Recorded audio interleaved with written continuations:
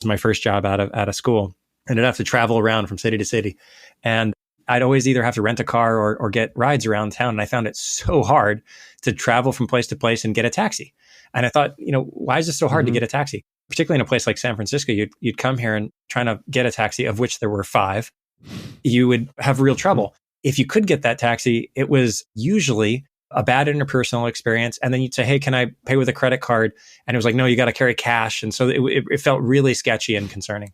And so the vision was, hey, this mobile computing thing, this is when there were like Blackberries and Windows Mobile was going on. People were carrying Palm Pilots at this time. We're like, hey, mobile computing, we think can transform this. We can create a system where you can push a button, have a car come pick you up, charge it to your credit card, do the whole thing electronically. And so created Taxi Magic, scaled that out to like 30 cities across the US, integrating into the computer dispatch systems of cab companies. Eventually the iPhone came along. We built it out on the iPhone and it started to take off. And so that was acquired by Verifone, is that right? That's right. Verifone eventually bought it for the payments technology, and it still exists under the brand Curb, which folks have seen in places like New York, Las Vegas, etc.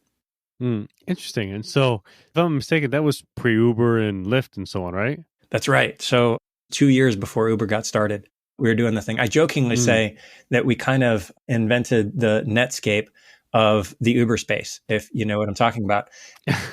And the real insight from that, though, was that what we thought was, hey, we're going to be a technology company. We're just going to build software and we're going to plug into the existing kind of taxi fulfillment system. Like we don't want to be in operations because, operations is hard, we thought. And what we did then was build out a system that created a great software experience. The problem was all too frequently, someone would push the button to get the car on Taxi Magic and they'd love it. They'd be like, oh, great, my car's coming. You could see the car coming. We did the GPS tracking and all that. But the taxi driver who had a medallion could pick people up off the street and they'd see somebody on the side of the street with bags who wanted to go to the airport and they'd be like, oh, I'm going to take that ride instead. That's a better ride. And so they'd kind of drop the Taxi Magic ride and pick up that other one.